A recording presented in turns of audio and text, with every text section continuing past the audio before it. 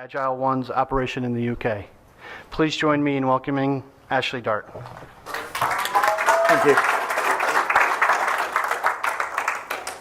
Good morning, everybody. As it says there, well, it doesn't say there, but there you go. It's a great start. There you go. As it says, my name is Ashley Dart, and I'm part of the business development team for Agile One in the UK and across Europe, working with my colleague from Germany in this instance. And I've been asked to kick off the day and talk a little bit about innovation and how we view it from an Agile One perspective. So innovation, it's a word that's bandied quite freely, I think, around our industry, but it means a lot of different things to a lot of different people. From our perspective within Agile One, we don't see innovation as doing the same thing but just a bit better. We see innovation as actually applying better solutions to our existing projects and programs. So for us, it's very much about always looking to take it to the next stage. So I've been asked to set the scene around innovation track for today. And when we ask what we do to actually push forward our innovation process, as it says there, we try to view our programs through a creative lens. I really don't like that phrase, but that's the phrase we seem to be using. So I thought I'd give you my views why, as a supplier, I think we should consider ourselves as always being effectively in an RFP or a tender situation with our clients. And indeed why we actively encourage all our parties that supply into our programs to view it the same way. As suppliers, we should never lose sight, we should always be conscious of the fact that our solutions will live and die by the decisions of the HR teams. Sometimes it's convenient to market talent management solutions to maybe the procurement teams or to the finance directors, but ultimately it's the HR teams that will have the major influence on what decisions they choose. So it's crucial to us that we're constantly working on delivering tangible and real benefits to our HR clients as we move forward. Ultimately for us, delivering through the own HR departments is obviously the primary concern for our HR clients. So ease of implementation and ease of use of the solutions that we put forward are of primary importance to you. Understandably, there's going to be little interest if the solutions we propose are too cumbersome or seem too complex to work easily, as obviously this will do little to add address to HR's core aims. Yeah, that reminds me. Just in case I don't get to speak to you all individually during the time of the seminar, I'd like to wish you a happy Christmas. I think someone should do it, so I think it falls down to me. But more seriously, the idea behind this is really just to hopefully illustrate how workforce management has moved on. And it kind of brings me into where I came into the process. As was said earlier by Bill, I've been doing this quite a long time now, and I started my work on the temp desk outside London, and we were part of a programme where there were loads of us as agencies supplying loads of workers into low-skilled and semi-skilled contracts in London. We didn't have any preferred supplier, and it was a bit of a bun fight as to how we got the resources in place. And for us, it was a case of we'd take an emergency call at maybe 10 o'clock at night, so we'd be fire the minibus round, pick up as many people as we could and get them over to the client. A lot of work for a fairly small reward, and still ultimately the next morning the client would order his workforce from his previous supplier. So it really wasn't that beneficial to us. Now these days, HR and talent acquisition leaders are obviously far more demanding and much more sophisticated and looking for more creative solutions from their contingent and diverse workforce partners. So it's not unusual now to see a bundle of service offerings put together along with technologies that provide a more holistic but responsive solution to clients and their ever-evolving workforce management needs. Of course, this has been happening for some time now, it's nothing new. But this flexibility is becoming more important, we're finding, to our clients. And this demand has got to be met somewhere. So we see ourselves trying to meet it by using a combination of evolving technologies, ever-increasing sourcing technology, and commercially attractive pricing models.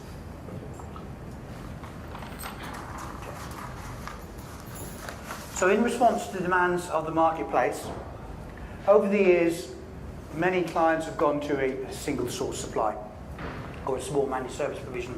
But we're finding now that that's gradually evolving into a typically more blended solution. Closely working in conjunction with the in-house HR teams, we're able to provide a range of support services which allow them to achieve their goals and objectives.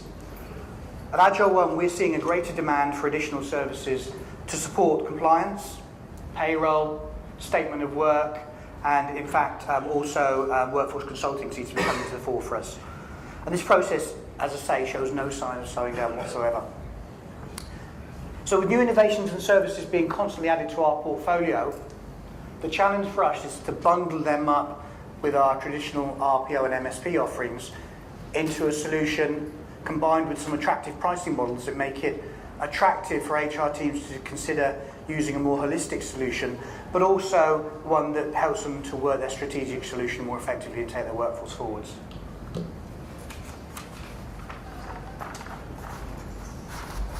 So, returning to innovation for the moment, I think we'd probably all agree that there are many internal and external factors that affect innovation in our industry and what drives the pace and direction it takes.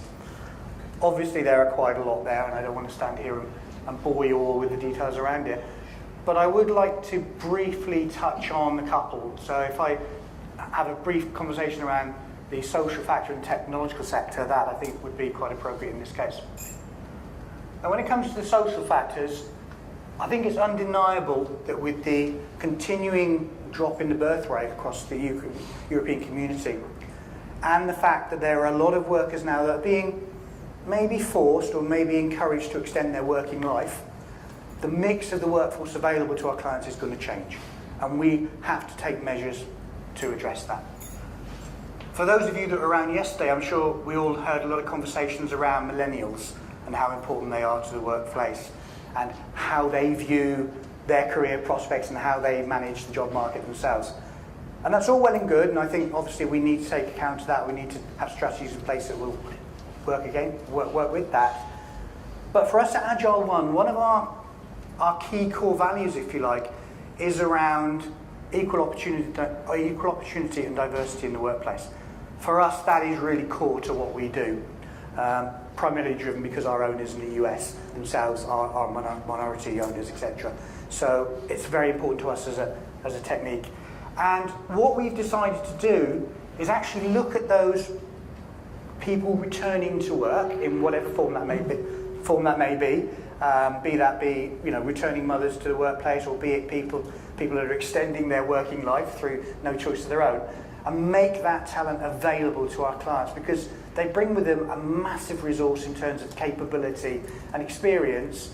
So it's finding a way of getting them back into the workforce. And we think primarily those people will come back into the contingent workforce. It's going to be difficult to actually get them into the direct hire marketplace very much, but certainly there's a place for them in the contingent workforce. Added to that, there's the competition for attracting candidates through the graduate programs is just going to get tougher and tougher.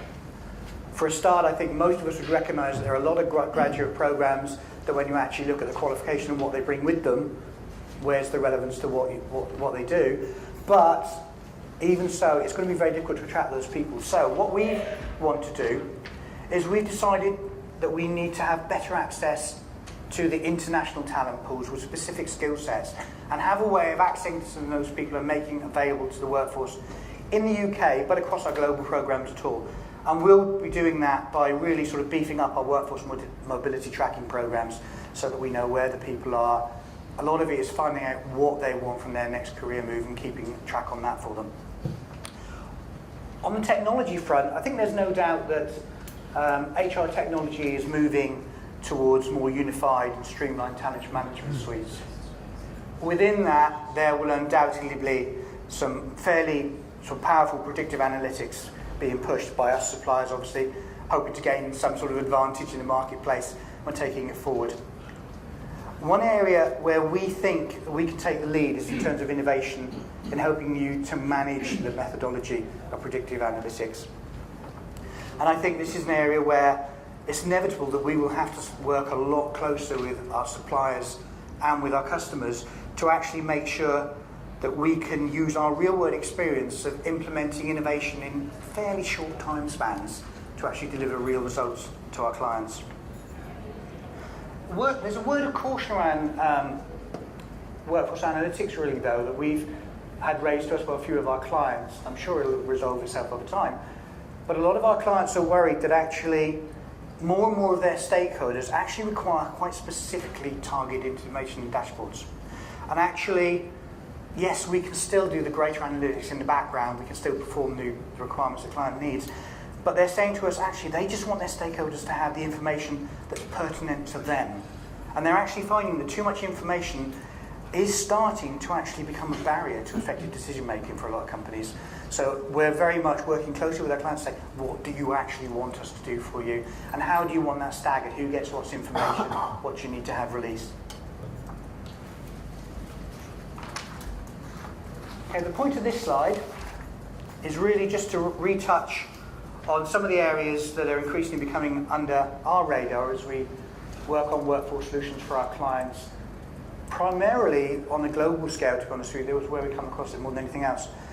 As we've said, very conscious of the fact that the European demographic means we do have an ageing workforce, and we need to see a much wider use of workforce data analytics to support workforce planning for our clients, but also to help them develop their employer branding strategies. Those things will go hand in hand together.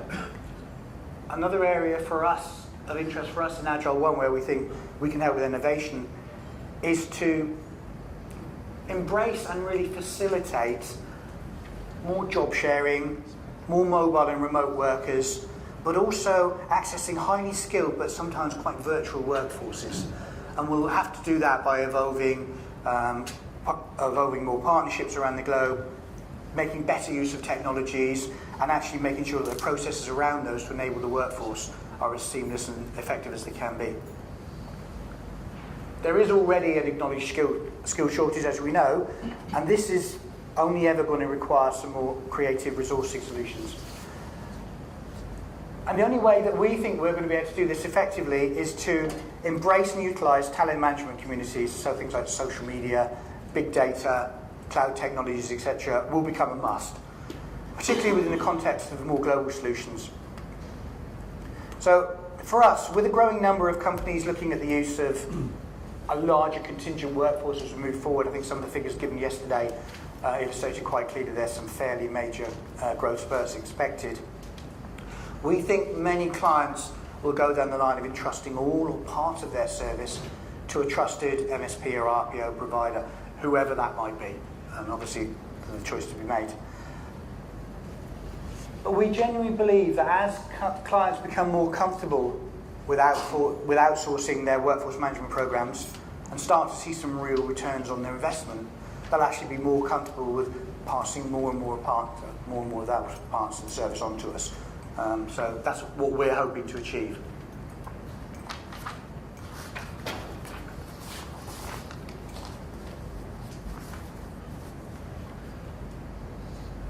So the key drivers for innovation, and in theory are the same for HR management teams, for the service providers, and for the HR management services, or the HR information services. So communication between all three parties is absolutely vital. It's important for us that we keep our suppliers abreast of any changes, particularly in the HR technology sectors. In fact, Agile One, a vital part of our innovation strategy, is to constantly evolve our services in line with emerging technologies so that we can guarantee that we can partner with our HR teams as they move forward and actually be in a position to partner them wherever they are in their innovation process. At the end of the day, we have to be sensitive to how fast they want to progress and what they want to achieve. It's not for us to come in and dictate how far they should go, what they should need to do. So as true partners, we feel we're committed to providing a world-class service to our clients, but it's a vital part of our success that we share this information with our clients to both assist and probably more importantly support them in their innovation journey wherever they are. Oh, is that me? How embarrassing. Just take it. That kind of tells the age, doesn't it? So somebody really wants me. So, yesterday when we had a little breakout session around the innovation table, some of the customers asked what three things they thought made a really effective outsourcing partnership. And the three things that came up I thought were very true and very reflective. and I know Nick from Nick had an input on this. First of all, I think it's important that everybody treats each other as equal partners in this relationship. Everybody has to respect what each party does and really work together to come up with a solution that works. And that's going to require open and honest dialogue with all parties. Sometimes that dialogue's not going to be comfortable, but it's the only way to successfully push it forward. But one of the greater things too, I think, is flexibility in the service that we offer. Despite everyone's best intentions, in my experience, the solution that you define and flesh out and give to your client at the beginning of the contract, even by the end of year one, can actually start to look very different. Their requirements have moved on, their changes, their companies have changes, they didn't know what they didn't know at the time. So for us, it's important to have the flexibility in our programs to actually adjust to meet those, because the last thing we want to do is get to the stage where either party in the relationship starts brandishing the contract. Because when that becomes a stick to beat each other with, you're already having a breakdown in your relationship. So for us, having a realistic view of how these contracts work in the marketplace is vital. And if you can't embrace that, then you're going to have problems.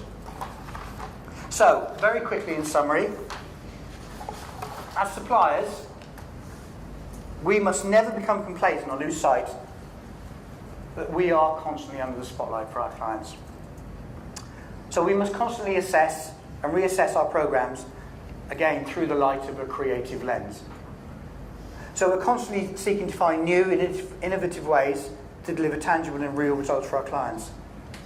Effectively, as I said before, at Agile 1, we consider we are in a perpetual RFI or tender situation. And in my view, rightly so. Thank you.